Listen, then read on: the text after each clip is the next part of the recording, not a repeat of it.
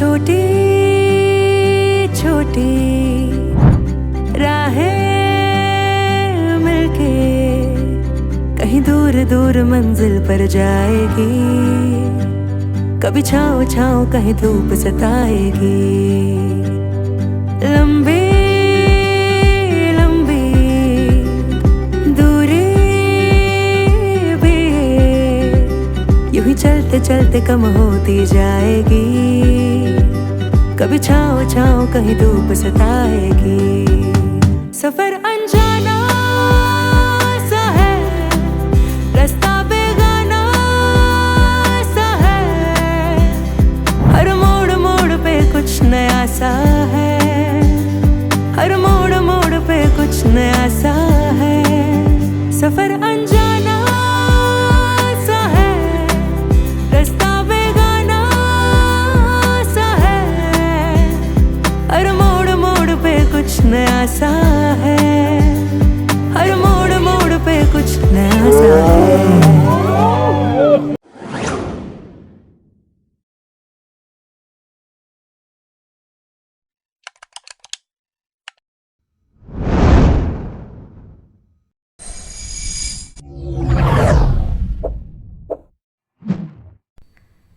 Hello friends, welcome back to my channel. मैं हूं मनीषा, आप सबकी होस्ट और दोस्त। मैं हूं इस टाइम नामची में और अभी हम क्रॉस कर रहे हैं नामची की मार्केट। और जैसे कि आप सबको पता ही है, हमारा ये जो सफ़र है वो हमने शुरू किया था दिल्ली से और 1600 किलोमीटर का लंबा डिस्टेंस क्रॉस करके हम पहुंचे थे सिक्किम। आज हमारे इस ट्रिप का 6th डे है और इन दिनों में हमने सिक्किम के काफ़ी सारे टूरिस्ट प्लेसेस को एक्सप्लोर किया, जैसे कि नाथुला पास, गैंगटोक, रावंगला, पीलिंग, नामची। वैसे इन सब जगहों के ब्लॉग्स मैं ऑलरेडी इस चैनल पर डाल चुकी हूँ, तो अगर आप लोगों ने अब तक नहीं देखे हैं तो उन सब के जो लिंक्स हैं वो मैं नीचे डिस्क्रिप्शन बॉक्स में मेंशन कर दूँगी, आप वहाँ से उन्हें देख सकते हैं। तो वैसे तो हमने सिक्किम का मोस्टली जो एरिया है वो कवर कर लिया है, बस हमारा नॉर्थ सिक्किम जाना रह गया क्योंकि वहाँ पर लैंडस्लाइड के कारण हमें परमिट नहीं मिला, तो इसलिए हम वहाँ पर नहीं जा पाए। अदरवाइज़ हमने मोस्टली जो सिक्किम के टूरिस्ट प्लेसेस हैं वो विज़िट कर लिए हैं। और जो भी मैंने बचपन से नॉर्थ ईस्ट के बारे में सुना था कि काफ़ी सुंदर जगह है, वो सिक्किम आकर मैंने देख भी लिया। ये जगह सच में बहुत ही खूबसूरत है। पर आज हमारा सिक्किम को अलविदा कहने का टाइम आ गया है, तो अभी हम नामची से जा रहे हैं दार्जिलिंग। और यहाँ से दार्जिलिंग का जो डिस्टेंस है वो ऑलमोस्ट 45 किलोमीटर है, तो हमें 2 से ढाई घंटे लगने वाले हैं। और नामची से 10-15 किलोमीटर के बाद ही स्टेट बॉर्डर का जो एरिया है वो स्टार्ट हो जाता है। और यहाँ पर एक गेट आया है, तो आई थिंक जो सिक्किम का एरिया है वो ख़त्म हो चुका है और अभी हम एंटर करेंगे वेस्ट बंगाल में। और यहाँ पर एक ब्रिज है और इस ब्रिज के दूसरी साइड पे है वेस्ट बंगाल और इधर है सिक्किम। तो अभी तक तो जी हम सिक्किम में ही हैं। वैसे जो ब्रिज है ये काफ़ी नैरो है और आयरन ब्रिज है और इस पे एक टाइम पे एक व्हीकल ही अलाउड है।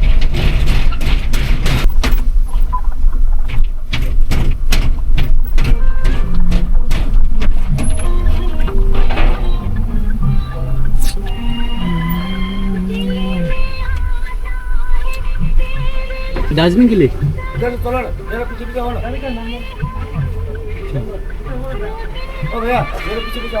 यहाँ से ठीक है।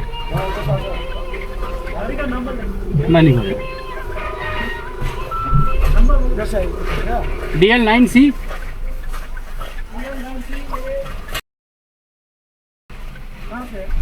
अभी हम नामची।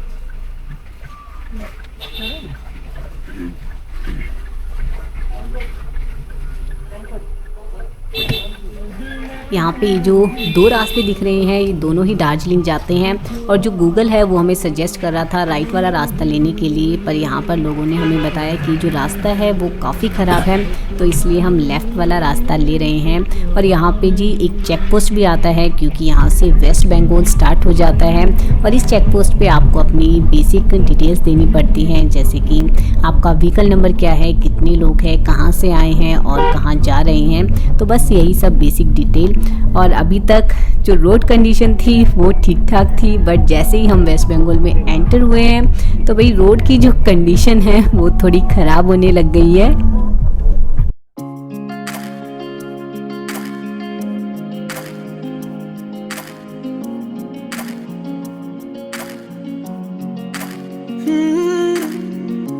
दिल ये बन जा रहा है एक ही जगह पे ये लगे ना, माने उड़ना ही सही हो इसको बहलाना है, बड़ा मुश्किल ये हटे ना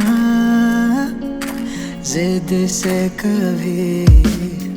अब ढूंढूं मैं कहाँ ऐसा वो जहाँ सारे सवालों का हिसाब हो, जिसमें सही जाने बेवजह क्यों दिल है ये खफा, इसको संभालूं के खो ना दूं खुद को मैं कहीं। चल पड़ा हूँ मैं जिंदगी के सफर में, जाने क्या है मंजिल मेरी किसको पता। हाँ मैं रुका हूँ ये दुनिया चल रही हो जैसे हवा के संग मैं उड़ूं लापता। इस टाइम हम हैं दार्जिलिंग से 7-8 किलोमीटर पहले और रास्ते में हमें टी गार्डन दिख गया और टी गार्डन के साथ ही एक छोटा सा टी स्टॉल था, तो हमने सोचा क्यों ना चाय पी ली जाए। वैसे भी काफ़ी टाइम हो गया है ड्राइव करते करते, और नामची से यहाँ तक कि अगर रोड के बारे में मैं बताऊँ तो रोड कंडीशन काफ़ी ख़राब है, हर जगह जो है वो सड़कें टूटी फूटी पड़ी हैं। पर हाँ ये जो रास्ता है वो सीनिक बहुत है, वेस्ट बंगाल के छोटे छोटे गांव से होकर आता है, तो देखने में बहुत ही खूबसूरत है ये रास्ता। और आपको बीच बीच में टी गार्डन भी दिख जाएंगे, बट अगर रोड कंडीशन ज़्यादा अच्छी हो जाए तो जो रास्ता है उसका मज़ा दुगना हो जाएगा।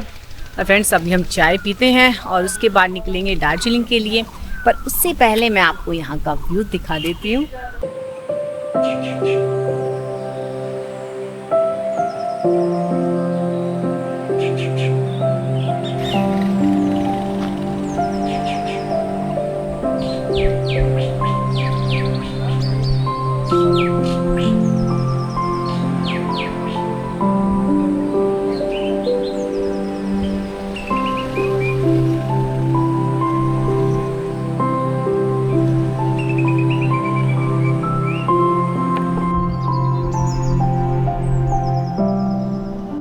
मैगी आ चुकी है, मैगी खाएंगे।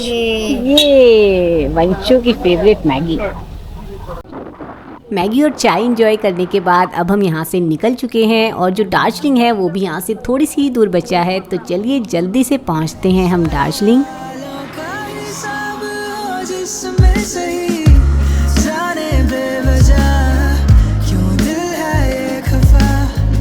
इसको संभालूं के खो ना दूं खुद को मैं कहीं। चल पड़ा हूँ मैं जिंदगी के सफर में, जाने क्या है मंजिल मेरी किसको पता। हाँ मैं रुका हूँ ये दुनिया चल रही हो जैसे हवा के संग मैं उड़ूं लापता।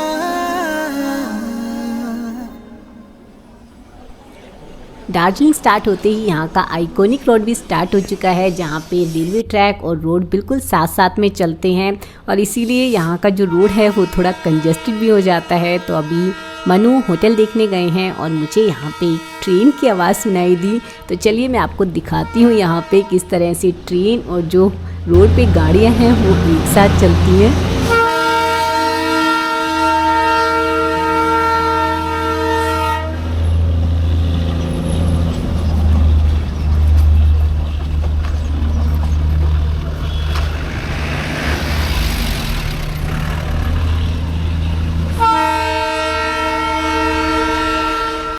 हम पहुंच चुके हैं जी दार्जिलिंग और यहाँ पर आते ही सबसे पहले हमने होटल देखा। एक्चुअली हमारा आज फिक्स नहीं था कि हम कहाँ पे स्टे करेंगे, तो इसलिए आज हमने होटल ऑनलाइन नहीं बुक कराया था। बट मैं सजेस्ट करूँगी कि अगर आप लोग दार्जिलिंग आ रही हैं तो आप अपना होटल पहले से ही बुक करवा लीजिए, अदरवाइज़ प्रॉब्लम हो सकती है, क्योंकि हमें थोड़ी प्रॉब्लम हुई क्योंकि यहाँ पे दार्जिलिंग में होटल्स तो काफ़ी हैं बट मोस्टली होटल्स में पार्किंग का ऑप्शन नहीं रहता है और हमारे पास राम प्यारी थी तो बिना पार्किंग के हमारा काम नहीं चल सकता था। तो इसलिए हमने काफ़ी सारे होटल्स देखे और जो दार्जिलिंग का मेन माल रोड है वहाँ पे तो गाड़ी पार्क करने की भी जगह नहीं है कि आप गाड़ी पार्क करके होटल कहीं देखाओ। तो अच्छा रहेगा अगर आपकी जो होटल की बुकिंग है वो ऑलरेडी हो जाए।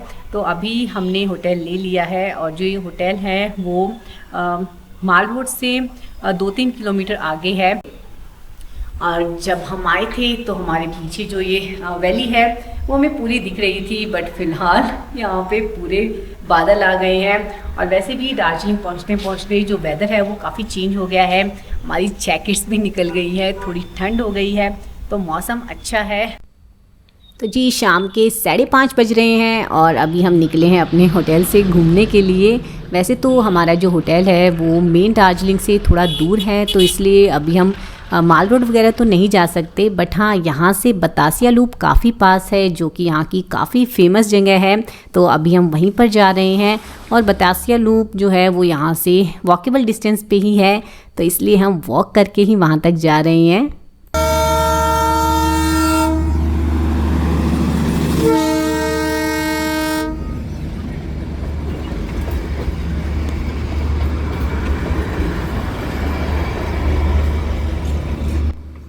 यहाँ पर ये जो टॉय ट्रेन है ये सारा दिन चलती ही रहती हैं और जो आपको सामने होटल दिख रहा है हमने आज यहीं पर स्टे किया है।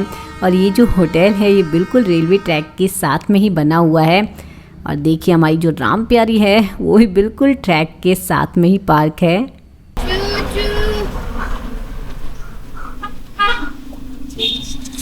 ये आ रही है जी हमारी ट्रेन।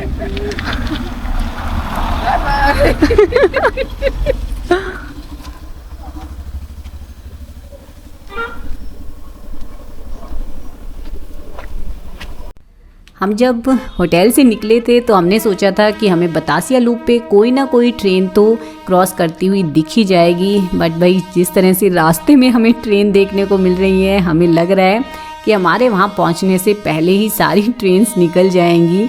वैसे जो टॉय ट्रेन है ये दार्जिलिंग से घूम स्टेशन के लिए चलती हैं और फिर वहाँ से वापस आ जाती हैं। और ये जो मोस्टली ट्रेन हैं ये टूरिस्ट के लिए ही चलाई जाती हैं। देखिए यहाँ पे जो है वो ढाबे आने स्टार्ट हो चुके हैं, तो मतलब कि हम बतासिया लूप पहुँचने ही वाले हैं। हम पहुंच चुके हैं बतासिया लूप और यहाँ पर एक गोरखा वॉर मेमोरियल बना हुआ है। ये है इसका टिकट काउंटर और जो टिकट प्राइस है वो है 50 रुपीज़ पर पर्सन।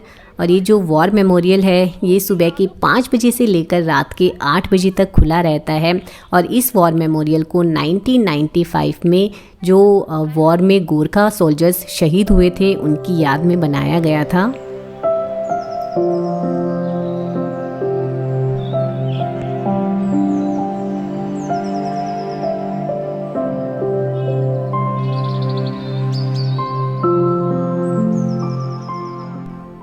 बतासिया लूप को 1919 में बनाया गया था और इस जगह पर एक रेलवे ट्रैक का लूप बना हुआ है जो कि 360 डिग्री का है। और इसको बनाने का जो रीज़न था वो ये था कि जब सिलीगुड़ी से लेकर घूम तक का रेलवे ट्रैक बनाया जा रहा था तो एक प्रॉब्लम ये आ रही थी कि जो दार्जिलिंग है वो थोड़ा कम हाइट पे है बट घूम की हाइट काफ़ी ज़्यादा है।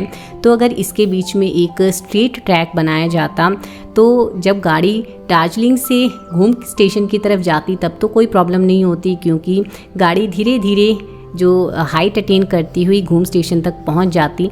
बट प्रॉब्लम तब आती जब वही ट्रेन वापस घूम से दार्जिलिंग की तरफ आती, क्योंकि स्ट्रेट ट्रैक पर ट्रेन को चलाना काफ़ी रिस्की हो सकता है। जो ट्रेन है वो आउट ऑफ कंट्रोल भी हो सकती थी। तो इसलिए इंजीनियर्स ने ये सॉल्यूशन निकाला कि यहाँ पे इस तरह की लूप बनाई जाए ताकि वो ट्रैक को एक डिसेंट स्लोप प्रोवाइड कर सके और जो ट्रेन है वो स्मूथली यहाँ से घूम स्टेशन से दार्जिलिंग की तरफ जा सके। तो इसीलिए आपको यहाँ पर ये जो टॉय ट्रेन है ये पूरा एक राउंड सर्कल कंप्लीट करती हुई दिखाई देगी।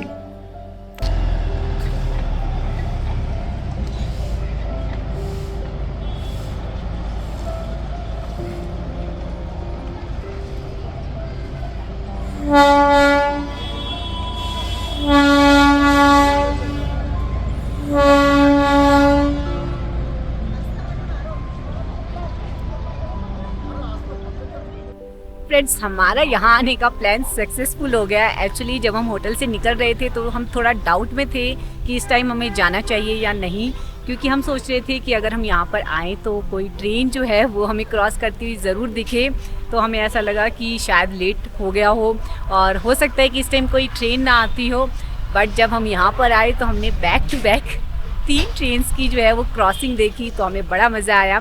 वैसे तो हमने सोचा था कि ये जो जगह है वो हम ट्रेन में बैठ के देखेंगे, बट हमारा जो प्लान है यानी दार्जिलिंग आने का वो सर्टेन नहीं था। हमें जो एग्जैक्ट डेट है वो नहीं पता थी, क्योंकि हमारा प्लान कुछ ऐसा था कि हम सोच रहे थे कि हम सिक्किम में नॉर्थ सिक्किम भी कवर करेंगे, पर नॉर्थ सिक्किम जाने का हमें परमिट नहीं मिला क्योंकि वहाँ पे वेदर कंडीशन काफ़ी ख़राब हो गई थी। तो जो रास्ते थे वो बंद कर दिए थे, तो हमें दार्जिलिंग की आने की यहाँ पे मतलब हम कब आएंगे एग्जैक्ट डेट नहीं पता थी।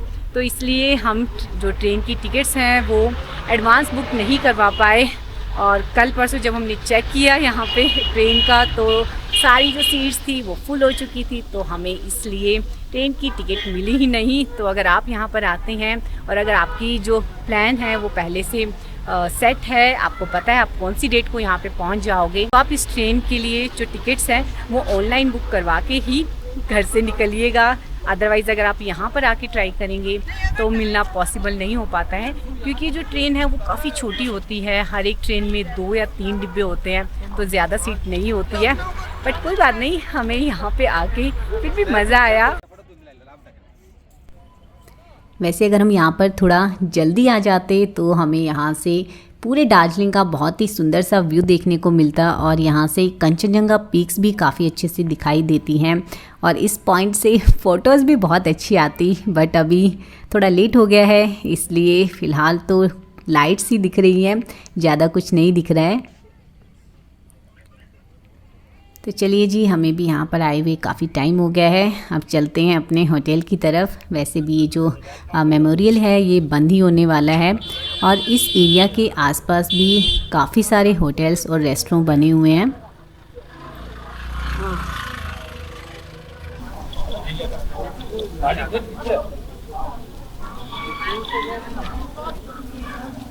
पार्किंग वाला होटल मिलना मतलब किसमें। ये जी हमारा होटल जहाँ पे हमने स्टे किया है। तो चलिए जल्दी से मैं आपको ये होटल भी दिखा देती हूँ। और मैं आपको पहले ही बता चुकी हूँ ये जो होटल है ये मेन दार्जिलिंग से 2-3 किलोमीटर बाद है और यहाँ से बतासिया लूप हार्डली 1.5-2 किलोमीटर रह जाता है। तो इसीलिए हम बतासिया लूप तो पैदल ही चले गए थे। और यहाँ पे घूम स्टेशन का फ़ोटो लगा हुआ है और ये स्टेशन इंडिया का हाईएस्ट रेलवे स्टेशन है। वैसे तो दार्जिलिंग में काफ़ी सारे होटल्स बने हुए हैं, बट थोड़ी सी दिक्कत वाली बात ये है कि काफ़ी सारे होटल्स में पार्किंग की फैसिलिटी नहीं है। अगर मैं इस होटल के बारे में बात करूं तो यहाँ का भी जो पार्किंग एरिया है वो इतना बड़ा नहीं है। एक टाइम पे मुश्किल से 4-5 गाड़ियाँ ही पार्क हो सकती हैं। और ये है जी यहाँ का रेस्टोरेंट एरिया।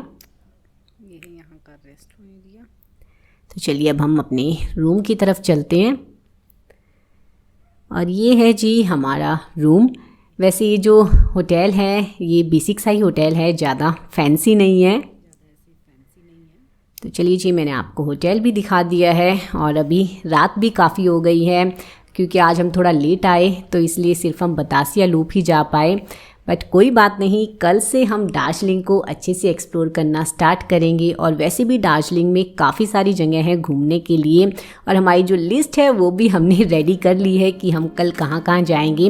बट वो मैं आप सबको दिखाऊंगी नेक्स्ट व्लॉग में, अदरवाइज़ ये व्लॉग काफ़ी लंबा हो जाएगा। तो चलिए मैं आप लोगों से मिलती हूँ नेक्स्ट व्लॉग में, तब तक के लिए बाय बाय। बन जा रहा है एक ही जगह पे ये लगना, माने उड़ना ही सही हो, इसको फैलाना है बड़ा मुश्किल ये हटना जिद से कभी।